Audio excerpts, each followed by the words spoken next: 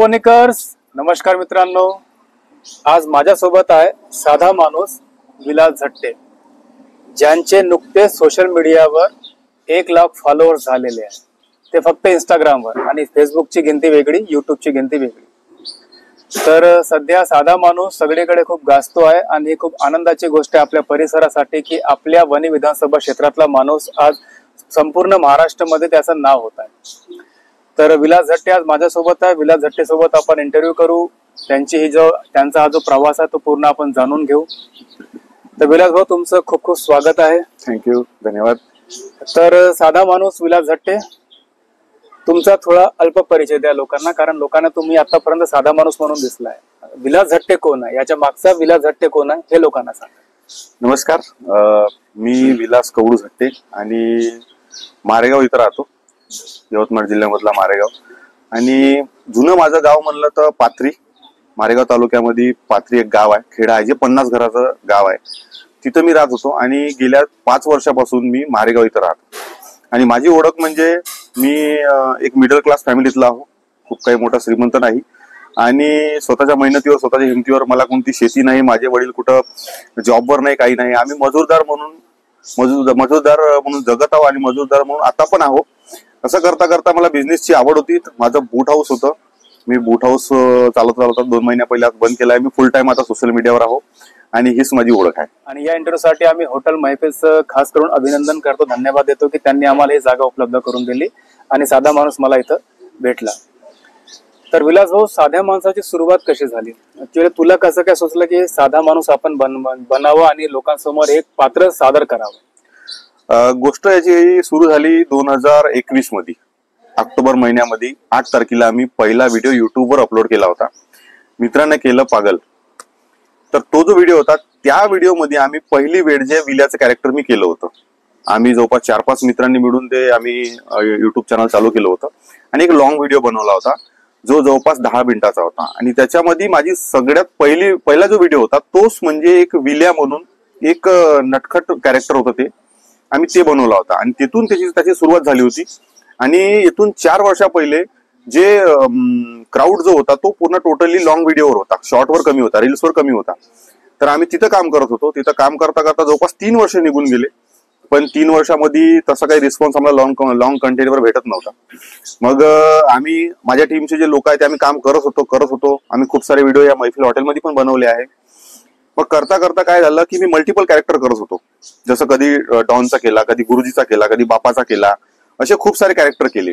पण त्याच्यामध्ये जेव्हा मी जवळपास माझ्या मागच्या वर्षी एप्रिल महिन्यामध्ये 3 तारखेला माझे वडील गेले, डेथ झाले. त्याच्यानंतर मला असं वाटलं की माणसाचा काही भरोसा नाही, माणूस अचानक चालला जाईल काही सांगता येत नाही. कारण तो जो होता तो माझ्या लाईफ मधला एक टर्निंग पॉईंट होता. आणि तिथून जे मला असं लक्षात आलं की माणसाचा भरोसा नाही, माणूस कधी पण जाऊ शकतो.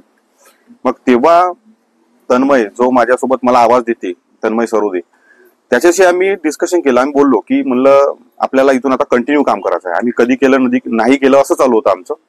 पण तिथून आम्ही कंटिन्यू काम करायची सुरुवात केली आणि दोघांनी ठरवलं.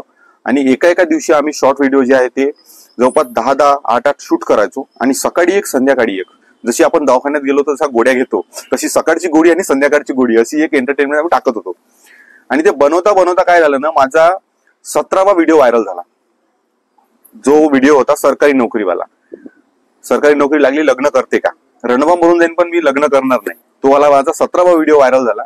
आणि तो व्हिडिओ व्हायरल झाल्याच्या नंतर तिथून माझे महिन्याभरामध्ये 15 दिवसातच माझे 10,000 फॉलोअर्स झाले. आम्ही ठरवलं होतं की इथून 6 महिने असं काम करायचं, एक तर व्हायरल व्हायचं, नाही तर इथून सोडून द्यायचं. 6 महिने मेहनत तर करून पाहू, पकडली. 6 महिने मेहनत तर करून पाहू. मेहनत जर होईल तर करू, नाही तर सोडून देऊ. कारण आम्ही 3 वर्ष मेहनत करत होतो. पण आम्हाला हे माहिती होती, आमचा विश्वास होता, कॉन्फिडन्स होता स्वतः.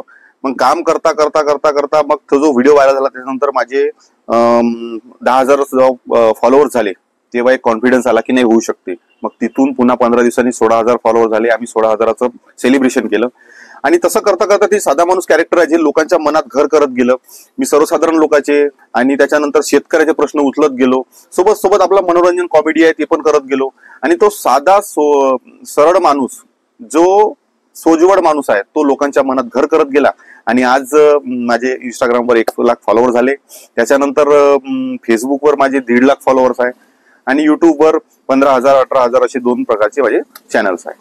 असा हा साधा माणूस जन्माला आला. साध्या माणसाचे फॉलोअर्स तुम्ही समजून घ्या. जवळपास 2.5 ते 3 लाखाच्या दरम्यान आपला साधा माणूस विलास झट्टे पोहोचलेला आहे. पण महाराष्ट्राच्या कानाकोपऱ्यापर्यंत हा आता हळूहळू पोहोचत आहे आणि मोबाईलच्या माध्यमातून, सोशल मीडियाच्या माध्यमातून आपलं मनोरंजन करत आहे. सुरुवातीचा काळ सांगितला, संघर्ष सांगितला. आता साधा माणूस सगळीकडे ओळखला जातो आणि लोक आता सेल्फी काढतात, विचारतात, कार्यक्रमाला मुख्य अतिथी म्हणून बोलवतात. किंवा मी पाहिलं की तुम्ही यवतमाळला गेला, अमरावतीला गेलात आणि काही सोशल मीडिया कंटेंट क्रिएटर आहे त्यांच्याशी भेटला, जे त्या क्षेत्रामध्ये त्यांनी त्या एरियामध्ये चांगलं काम करतात. तर त्या 2021चा विलास झट्टे आणि 2025ला विलास झट्टे, साधा माणूस किती बदललेला आहे? माणूस म्हणून मी जसा होतो पहिले तसाच आहो. फक्त जे चेंज झाले आहे ते म्हणजे लाईफस्टाईल मध्ये थोडाफार बहुत सारा असं म्हणलं तर चालते. एक नाणं जे पलटवतो आपण, चित का पट होते, तर डायरेक्ट चितचा डायरेक्ट पट झाला म्हणतो चालते. एक म्हणजे टोटली चेंज झाला. पहिले कसं होतं ना की मी एकदम बडाई नाही करणार, पण ते लोकांचं प्रेम आहे. पहिली सेल्फी जेव्हा मी घेतली, माझ्यासोबत तन्मय होता. आम्ही 2 जण युट्यूबचे व्हिडिओ बनवत होतो. एक मारेगाव म्हणून गाव आहे, कोरंबी मारेगाव, तिथला एक व्यक्ती होता, त्यांना आम्हाला आवाज दिला आणि आमच्यासोबत फोटो काढला. तर तो अक्षरशः तन्मय फोटो काढतो म्हणून म्हणते आता कसं, म्हणजे तो त्याचे जे एक्साइटमेंट होती ना ते हाय होऊन गेली. नंतर आम्ही पहिला फोटो तेव्हा दिला. तो पहिला प्रशंसक, पहिला सेल्फी प्रशंसक, पहिला जेव्हा फोटो दिला तो अजूनही लक्षात आहे माझ्या, मी विसरलो नाही. कारण कलाकार हा म्हणजे स्तुतीचा आणि याचाच भुकेला आहे. की म्हणजे असं नाही की त्याला पैसा खूप पाहिजे, हे सगळ्या गोष्टी. कलाकार हा कुठं ना कुठं आदर मान सन्मानाचा भुकेला आहे आणि ते आम्हाला तिथं आदर मान सन्मान भेटला. त्याच्यानंतर राहिला विषय चेंजचा, तर असे चेंजेस माझ्या लाईफमध्ये होऊन गेले आता की मी पहिले माझं बूट हाऊस होतं, मी ते चालवून माझे व्हिडिओज बनवत होता आम्ही.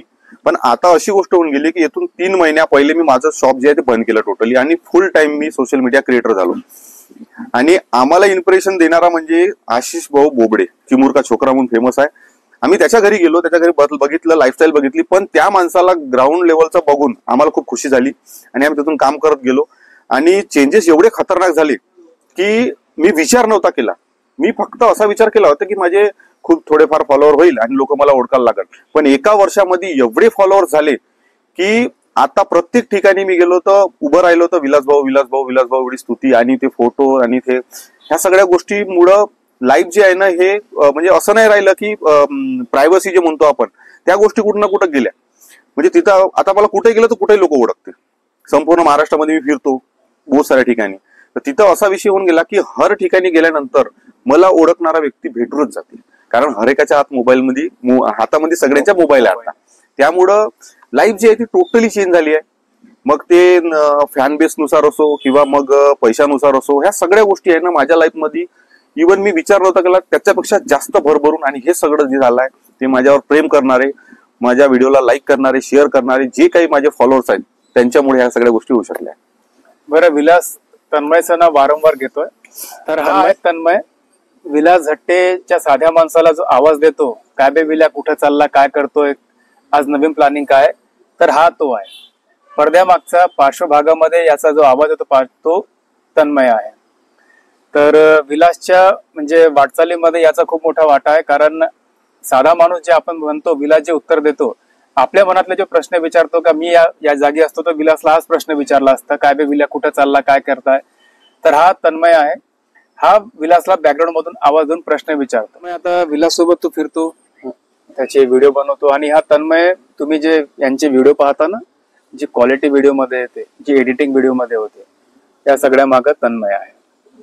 विलास निर्देश देतो आणि त्या निर्देशाचं पालन करत अक्षरशः असे सुपर व्हिडिओ जे बनवतो हा तन्मय बनवतो. विषय कसा आहे ना, त्याला मी नेहमी स्टेजवर नेण्याचा प्रयत्न करतो आणि नेहमी बोलण्याचा प्रयत्न करतो, पण तो खूप छोटा असल्यामुळे त्याचा जे नर्वसनेस आहे या सगळ्या गोष्टीसाठी तो फेस करायला थोडासा भीती, म्हणून तो स्टेजच्या असं समजा ना की तो पडद्यामागचा कलाकार आहे, त्याला पडद्यामागं राहूनच त्याला ते कला अवगत होते. समोर आली की ती कला थोडीशी त्याची असा विषय होऊन जातो. म्हणजे काही लोक जे असतात ना पडद्यामागे आपल्याला सुंदर दिसतात आणि पडद्यासमोर जे सुंदर दिसतात त्या मागचं खूप मोठं कारण तन्मय आहे. आणि तन्मय विलासला प्रत्येक जागी साथ देतो. आपली जी भाषा असते गावठी असते, लोकांना जवळ करणारी असते. म्हणजे आपण खूप शुद्ध भाषेत असं जात नाही का व्याकरणाची भाषा घेऊ, जी आपली आम बोलचालची भाषा आहे ती आपण वापरतो. ते सगळं तुम्हीच लिहिता. आणि हे कसं काय सुचतं बा आपल्याला आता हे करायचं, म्हणजे दिवसभर तो दिमाग आपला तसा चालत राहतो का आपल्याला आता हे करायचं ते करायचं आहे. आणि पूर्वी काही म्हणजे हे सुरू होण्याच्या पूर्वी 2021च्या पहिले पूर्वी काही लिहायचे का तुम्ही असं? हो, हा क्वेश्चन खूप इम्पॉर्टंट आहे. कारण तर माणसाला जेव्हा लिहिण्याची कला असते तर ती कलेला कुठं ना कुठं वाव भेटला पाहिजे. माझी एक डायरी आहे जी मी ती लिहित असतो आणि त्या डायरीमध्ये मी खूप साऱ्या कविता पण लिहिल्या आहे. लिहिण्याची जी कला आहे आणि लिहिण्याची जी आवड आहे ते पहिल्यापासूनच आहे. आणि राहिला विषय, जे मी व्हिडिओ बनवतो त्यात कुठला कुठला संदेश जाते. विषय कसा आहे ना, मी ज्या भागातून येतो त्या भागामध्ये खूप सारे प्रश्न आहेत, समस्या जे लोकांच्या समस्या आहे, प्रश्न आहे, ते मांडणं खूप गरजेचं आहे. आणि मुळात कसं आहे ना, प्रत्येक ठिकाणी प्रॉब्लेम्स असतात, पण त्या प्रॉब्लेम्सला सॉल्व्ह करणारे लोक खूप कमी असते आणि प्रॉब्लेम्सला चिडवणारे, हिणवणारे खूप लोक असतात.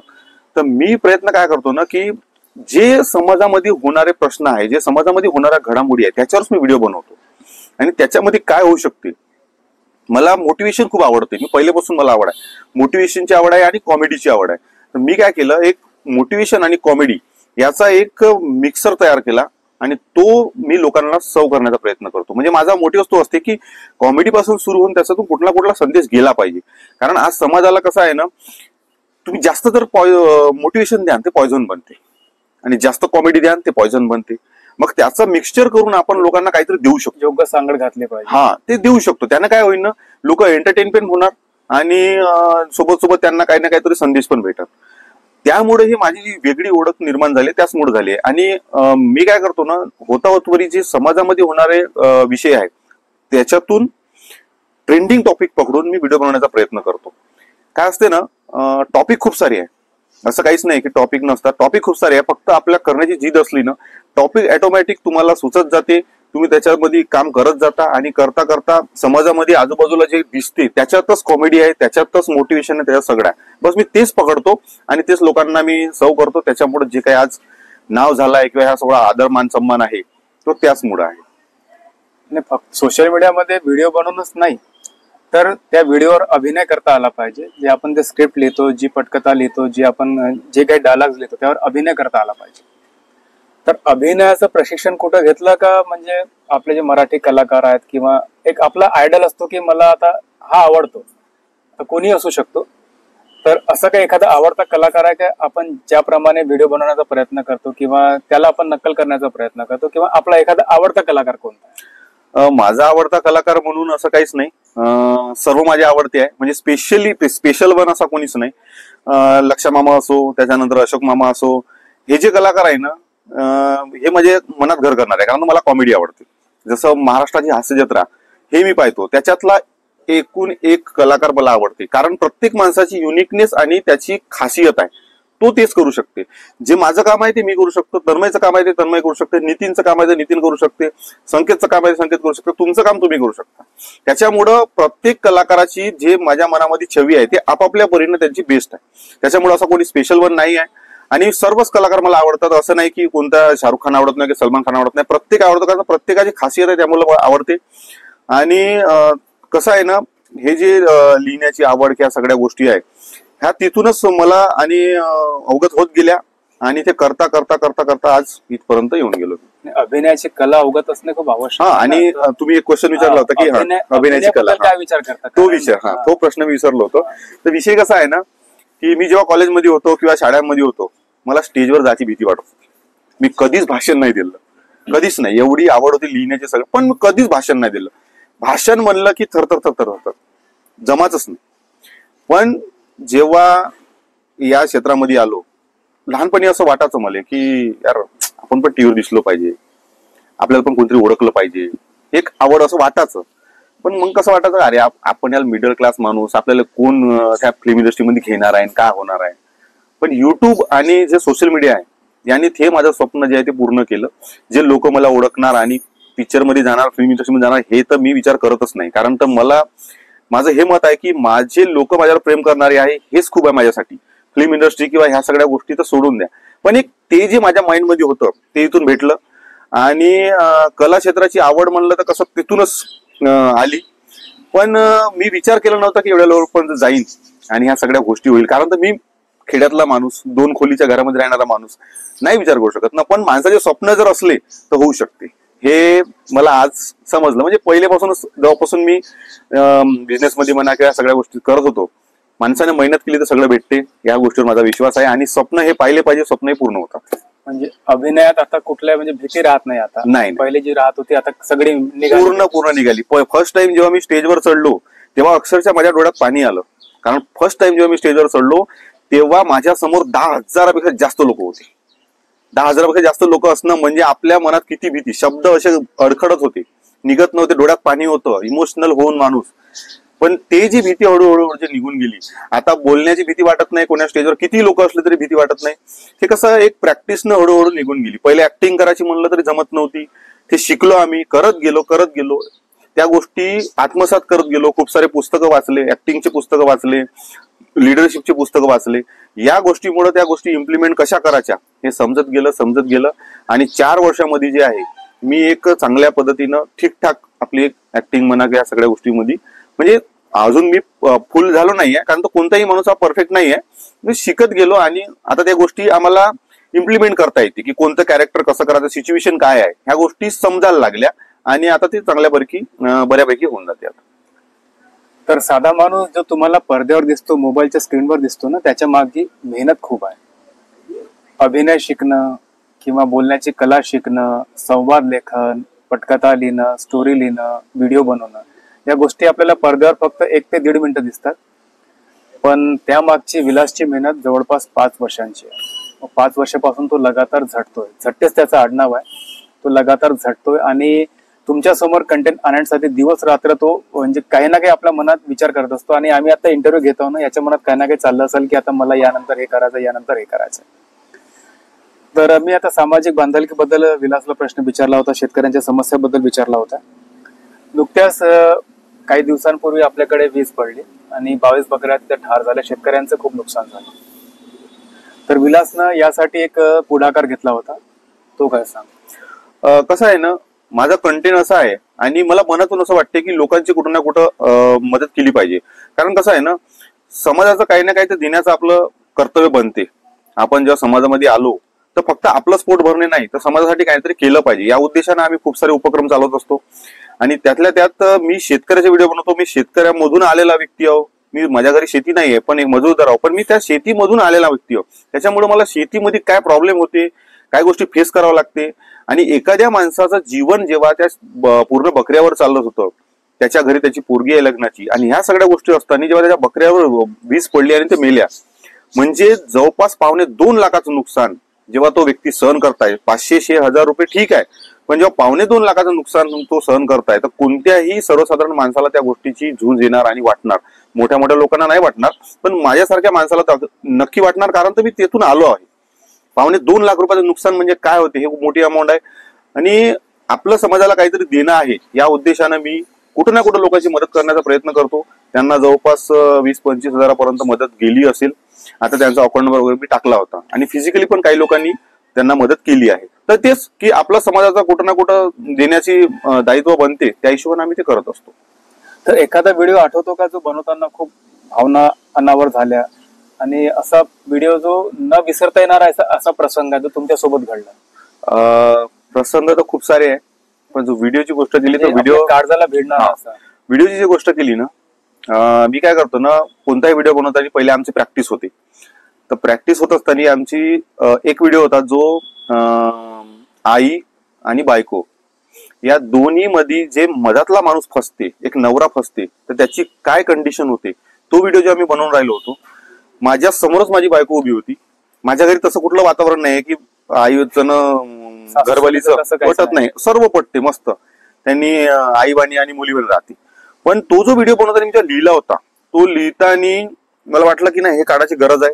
आणि तो लिहिल्याच्या नंतर जेव्हा आम्ही तो प्रॅक्टिकली जेव्हा करत होतो, तेव्हा खरंच अक्षरशः माझ्या डोळ्यात पाणी आलं होतं. कारण ते जे सिच्युएशन आहे, एक माणूस म्हणून मी समजू शकत होतो की एक आई आणि एक बायको या दोघांना समजून घेणं, आणि ते फक्त तो माणूसच समजू शकतो ज्याचं लग्न झालं आहे आणि ज्याला आई आहे, तोच माणूस समजू शकतो. त्यामुळं त्या सिच्युएशन मध्ये माझ्या घरी नाही तसं, पण ते जेव्हा डायलॉग आणि त्या सगळ्या गोष्टी इम्प्लिमेंट करतो आम्ही, तेव्हा माझ्या डोळ्यात अक्षरशः पाणी आलं होतं. मी रिअल मध्ये त्यावेळेस म्हणजे रिअल होऊन म्हणजे ते आत्मसात करून तो व्हिडिओ बनवला होता. आणि आम्ही जेव्हा व्हिडिओ बनवतो ना, कुठलीही समजा जर एक शिकवण आहे, ऍक्टिंग मध्ये एक शिकवण आहे की जर तुम्हाला डोळ्यात पाणी आणायचं असेल नॅचरली, तर तुमच्या सोबत झालेला एक असा क्षण आठवा त्या वेळेस की तुमच्या डोळ्यात ऑटोमॅटिक पाणी येणार. जबरदस्तीचं पाणी नव्हतं, ते ओरिजिनल पाणी होतं. कारण तो क्षण जर आठवू आपण तर तो होऊन जाते. तर अशा पद्धतीने ते होत असते. तर अभिनय जो असतो ना, फक्त मोठ्या पडद्यावर नसतो, तर सोशल मीडियावरही असतो आणि आपल्या मोबाईलवरही असतो. तर विलास याचं अतिउत्तम उदाहरण आहे. तर आता आपण म्हणजे आई आणि पत्नी बद्दल बोललो तुमच्या, तर त्यांची साथ कशी मिळते? नेहमी बाहेर राहावं लागतं, कारण वनी मारेगावच्या अशा कित्येक फेऱ्या मी तुमच्या पाहिलेल्या आहेत. कुठल्या ना कुठल्या दुकानावर काही बनवताना, काही संदेश देताना तुम्ही नेहमी दिसता. तर त्यांची साथ कशा प्रकारे भेटते तुम्हाला? माझ्या घरी माझ्या फॅमिलीमध्ये असा कोणीच व्यक्ती नाही जो मला सपोर्ट करत नाही, जो मला असं सांगत नाही की तू व्हिडिओ बनवू नको किंवा मग व्हिडिओ नाही बनवले पाहिजे. या सगळ्या गोष्टीमध्ये फुल सपोर्ट असते माझ्या घरच्यांचा. कारण त्यांना माहित आहे याची व्हॅल्यू. एक असा एक क्षण आलता की ज्या टायमाला माझ्या भावाला फोन केला होता त्याच्या मित्रांनी की तुझा भाऊ इथं पहिला जो फर्स्ट व्हिडिओ बनवला मी, तुझा भाऊ इथं काय करताय यार, नगरपंचायत पाशी मेन चौकामध्ये काय करताय, फालतूपणा काय करत आहे. माझ्या भावानं त्याला सांगितलं तुला काहीच माहित नाही, तू आपलं काम कर. त्याला का करायचं आहे तो बरोबर त्याचं काम करत आहे. म्हणजे माझ्यापर्यंत याच्या पहिलेच माझ्या भावाने त्याला तिथंच तोडलं, विषय तिथंच खतम केला. काहून तर माझ्या भावाला माहित आहे या गोष्टीत पॉवर किती आहे. त्याच्यानंतर राहिला विषय माझ्या घरवालीचा. माझ्या घरवालीला उलटा आनंद होते की मी व्हिडिओ बनवले, तर ते स्वतः पोट धरून हसते, तिचं हसते आणि सपोर्टफुल आहे. कुठल्या लेडीज कॅरेक्टर सोबत मी व्हिडिओ बनवले, काही बनवले, मला टेन्शन नाही. कारण त्यांना हे माहित आहे की हा व्यक्तीच्या कॅरेक्टर बनवते, कोणतेही एक व्हिडिओ बनवते आणि ते कॅरेक्टर फेस करते, ते कशा पद्धतीने शूटिंग होते त्यांना माहित आहे. त्यामुळं माझ्या आईचं असो, माझ्या घरवालीचा असो, माझ्या भावाचा असो आणि जे कोणी मला सपोर्ट करणारे आहे, माझ्या टीम मधले जे सर्व लोक आहे, हे सर्व मला टोटली एवढ्या पद्धतीनं सपोर्ट करतात की कुठलीही मदत लागली तरी रेडी असतात. आणि आज त्यांच्याच मुळे, त्या सपोर्ट मुळेच आज मी इथं बसलो. सोशल मीडियावर जे नवीन नवीन कंटेंट क्रिएटर येत आहेत आणि आपल्या भागातूनही काही लोक आता करण्याचा प्रयत्न करत आहेत, तर त्यांना काय सल्ला देशील? कारण तुमची जी तपस्या ती 5 वर्षाची आहे आणि संयम खूप आवश्यक आहे या फील्डमध्ये. कारण फॉलोअर्स सहजासहजी वाढत नाही, कारण लोक स्क्रॉल करतात. जोपर्यंत चांगलं कंटेंट दिसत नाही लोक थांबत नाहीत तिथं.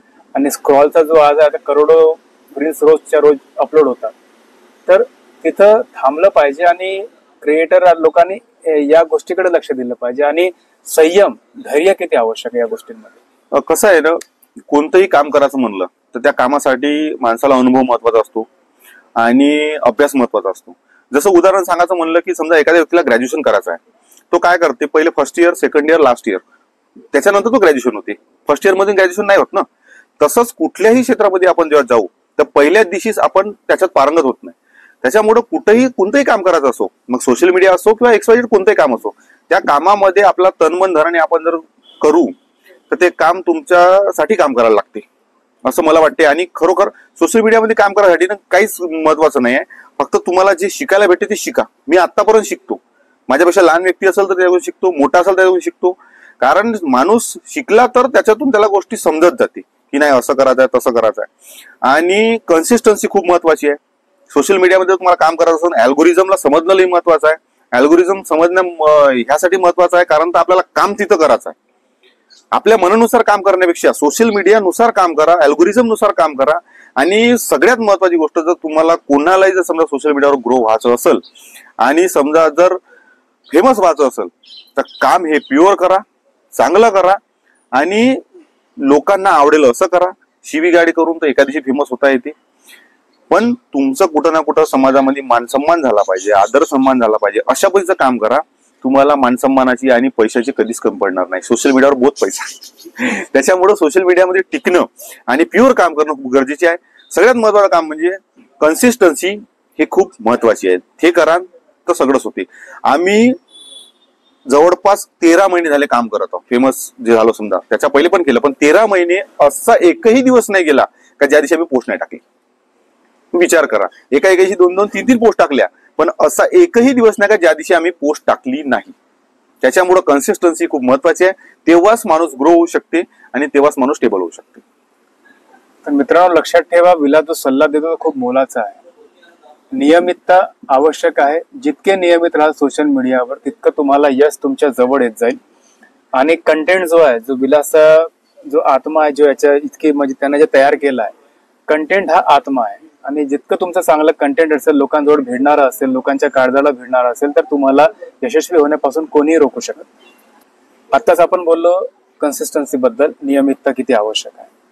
तर सोशल मीडियावर नेहमी अपडेट राहावं लागतं, कारण रोज एक नवीन कंटेंट येतो, रोज नवीन स्टोरी येते, रोज नवीन प्रकार चालतो. आणि एक विषय असतो सोशल मीडियावर, तो आठवडाभर, हप्ताभर, महिनाभर चालत असतो, ट्रेंड करतो तो.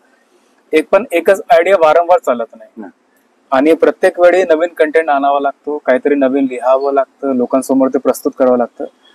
तर तुझ्या मेंदूत सतत काही ना काही विचार सुरू असतो का आपल्याला हे करायचं आहे, ते करायचं, उठता बसता. आणि यासाठी प्रेरणा कुठून मिळते, म्हणजे इन्स्पिरेशन कुठून मिळते यासाठी? इन्स्पिरेशन म्हणलं तर कसं आहे ना, महत्वाची गोष्ट म्हणजे काय आहे की आपले ड्रीम्स काय आहे. ड्रीम्स जर असले की नाही, माझं एक ड्रीम आहे की मला आपल्या वनी क्षेत्रामध्ये, आपल्या भागामध्ये कमीत कमी बजेट 1 करोडचा मला पिक्चर बनवायचा आहे. हे माझं ड्रीम आहे. मला काय पाहिजे की माझ्यापाशी आयफोन पाहिजे का, मला ऍपलचा लॅपटॉप पाहिजे का, मला जवळ पैसा भरपूर असला पाहिजे का, माझ्या ड्रीम कार कोणती आहे, काय आहे, हे जेव्हा तुम्हाला पाहिजे. मी आता एक माझी ड्रीम कार घेऊ शकतो, पण ड्रीम कार घेऊन त्या गाडीमध्ये टाकासाठी पेट्रोल लागल, ते सहन करू शकेल का, माझी कॅपेबिलिटी आहे का तेवढी, नाही ना. तर म्हणून ते ड्रीम ठेवून त्या ड्रीमसाठी काम जर केलं तर ऑटोमॅटिक सगळ्या गोष्टी होती. मी कधीही पैशाचा विचार केला नाही की मला पैसा येईल बा, यासाठी कधी काम नाही केलं. माझ्यासोबतचे लोक कमवत होते सोशल मीडियामधून 2-2, 3-3 हजार फॉलो झाल्याच्या नंतर, पण मी कधीच पैशासाठी काम नाही केलं. मी माझ्या कंटेंटसाठी आणि माझ्या स्वतःसाठी काम केलं, माझ्या ड्रीमसाठी काम केलं.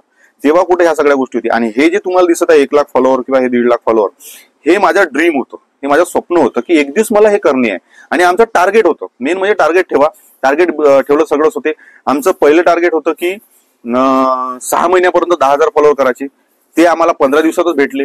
पण त्याच्यानंतर आम्ही जेव्हा भेटले 10,000, तिथून एक टार्गेट ठेवलं होतं की 1 वर्षाच्या अंदर आपल्याला 1 लाख फॉलोअर करायचे. आणि फक्त 13 महिन्यात, म्हणजे 1 महिना भली अगाऊ गेला असेल, पण फेसबुकचं तर ऑलरेडी 8 महिन्यात झाल्या. पण इथं आम्ही टार्गेट ठेवलं होतं की 1 वर्षामध्ये आपल्याला आपले 1 लाख फॉलोअर करायचे. आणि ते जर टार्गेट ठेवलं, तुमचं ड्रीम जर असले, तर ते नक्की पूर्ण होणार आहे. माझे ड्रीम खूप मोठे आहे, माझं विजन खूप मोठं आहे. मला इथंच थांबायचं नाही आहे, खूप दूरपर्यंत जायचं आहे. त्याच्यासाठी मी या छोट्या छोट्या गोष्टींमध्ये मी अडखळत बसत नाही. मी आपलं विजन पकडतो, त्यासाठी काम करतो. माझ्या घरी माझे सगळं ड्रीम असे भीतीवर लावलेले आहे. मी त्यांना पाहत असतो, त्यांना विचार करत असतो. आणि राहिला विषय कंटेंटचा, विचार करण्याचा, तर कधी कधी अशी सिच्युएशन होऊन जाते की विचार करता करता करता माणूस डोकं दुखायला लागते. 12-12, 1-1 वाजेपर्यंत चालला जाते टायमिंग, की काय कंटेंट करू शकतो. प्रेशर येऊन जाते कधी कधी, आणि कधी कधी इझी होऊन जाते. म्हणजे असं बोलता चालताच कंटेंट सुचून जाते, बनवून मोकळा होऊन जातो मी. अशा पद्धतीने कंटेंट बनवणं हे खूप कठीण नाही. फक्त तुम्हाला त्यासाठी माइंड फ्री ठेवा लागते आणि एकदम प्रेशर घेऊन नाही जमत. रिलॅक्स होऊन काम केलं तर सगळं इझी होऊन जाते, सगळं सोपं होऊन जाते. आणि मेन म्हणजे आपल्या कंटेंटसाठी, आपल्या स्वप्नासाठी जर काम केलं, मी कधीही कोणाला काही सांगत, मी एकच सांगतो, भाऊ तुमचे स्वप्न महत्वाचे आहे. स्वप्नासाठी जगा, सगळंच पूर्ण होते. माझं स्वप्न होतं इथून 1 वर्षा पहिले की मला 1 लाख फॉलोअर करायचे टार्गेट होतं, ते आम्ही अचीव्ह केलं. 1 वर्षात करायचं होतं म्हणून मी 13 महिन्यात केलं. म्हणून मी 1 वर्षात नाही झालं म्हणून काय रडत बसलो नाही. कसं आहे, जीवनामध्ये सहज होणारी गोष्ट उद्या होईल, परवा होईल, पण जर टार्गेट नाही ठेवू, आपले ड्रीम नाही ठेवू, तर पूर्ण होणार नाही. हे जे सगळं झालं हे माझ्या ड्रीम मुळे, माझ्या टार्गेट मुळे. आणि मी कोणत्याही गोष्टीचं टार्गेट ठेवून चालतो, एक म्हणजे एवढ्या दिवसात करणे आहे, आणि ते मग इझिली 12 महिन्यात वाजत 13 महिन्यात झालं, पण झालं. सकारात्मक विचारसरणी खूप आवश्यक. आपल्याबद्दल चांगला विचार करणं, बस स्वतःवर माणसाचा स्वतःवर विचार प्रभुत्व पाहिजे आणि चांगले विचार पाहिजे. स्वतःवर कॉन्फिडन्स ठेवा, स्वतःवर विश्वास ठेवा, सगळं इझी होते. काही कठीण नाही आहे. लोकांना वाटते की आता मी पण एवढा फेमस झालो, पण तरी मी कधी स्वतःला असं वाटत नाही मला का मी खूप फेमस झालो म्हणून. मी घरी असेल तर मी असं समजा बसलो, मी फरशीवर चटई टाकली ना बसलो, असं वाटतं यार मी तर विलास ठोस होतो.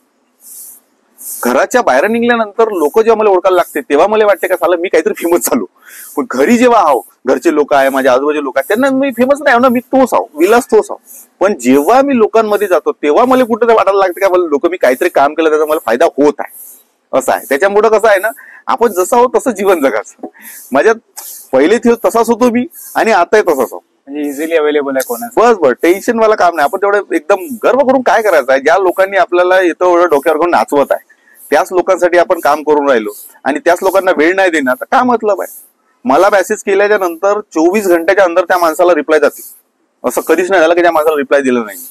सर्व टोटल फेसबुक असो, इंस्टाग्राम असो, सगळ्या ठिकाणी मी कोणी मला कॉल केला मी कॉल बॅक करून टाकते. कारण काय करायचं आहे, गर्व करून एवढं काही अर्थ नाही. कुठं जायचं कुठं आहे, वर जाऊन का घेऊन जायचं आहे असं म्हणलं जाते ना. वर घेऊन का जायचं आहे, इथं जगून राहायचं. आता आमच्या प्रेक्षकांसाठी आता शेवटचा पार्ट आपल्या इंटरव्ह्यूचा. आपल्या प्रेक्षकांसाठी आता जे माझे फॉलोअर्स आहे, इंस्टाग्रामवर आहे, युट्यूबवर आहे, फेसबुकवर आहे, त्यांच्यासाठी एखाद्या साध्या माणसाची एखादी गोष्ट सांगा. म्हणजे माझ्या व्हिडिओमध्ये एखादा कंटेंट येऊन जाईल. साध्या माणसाची गोष्ट म्हणजे कसं आहे ना, साधा माणूस म्हणजे माझ्या इंटरव्ह्यू साठी एखादा कंटेंट समजा. आता आपण इंटरव्ह्यू घेत आहोत, त्यासाठी एखादा कंटेंट म्हणजे फनी टाईप पाहिजे की काय म्हणताय. फनी टाईप तुम्ही तयार करू शकता. हा, तर कसं आहे ना, माझा एक डायलॉग होता जेव्हा मी पहिले व्हिडिओ बनवला होता. पहिल्याच व्हिडिओ मध्ये माझा डायलॉग होता की रस्त्यानं जाणारी हरेक पोरगी मला पटते, रस्त्यानं जाणारी हरेक पोरगी मला पटते. बाप म्हणते कावाबे उल्लुके पट्टे आणि मित्र म्हणते हे सोय वाघाचे पट्टे आणि मोह नाव आहे विलास झट्टे.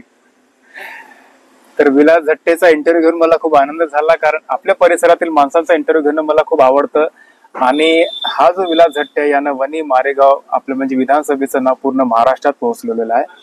आणि माझी इच्छा आहे की याचे जे कंटेंट आहे ते सब टायटल होऊन भारताच्या इतर क्षेत्रातही जावे, भारताच्या इतर प्रांतातही जावे. तर विलास झट्टे तुमचं खूप खूप आभार, खूप खूप धन्यवाद. खूप छान साथ दिली विलासला. आणि पडद्यामागचा आवाज विलासचा हाच आहे.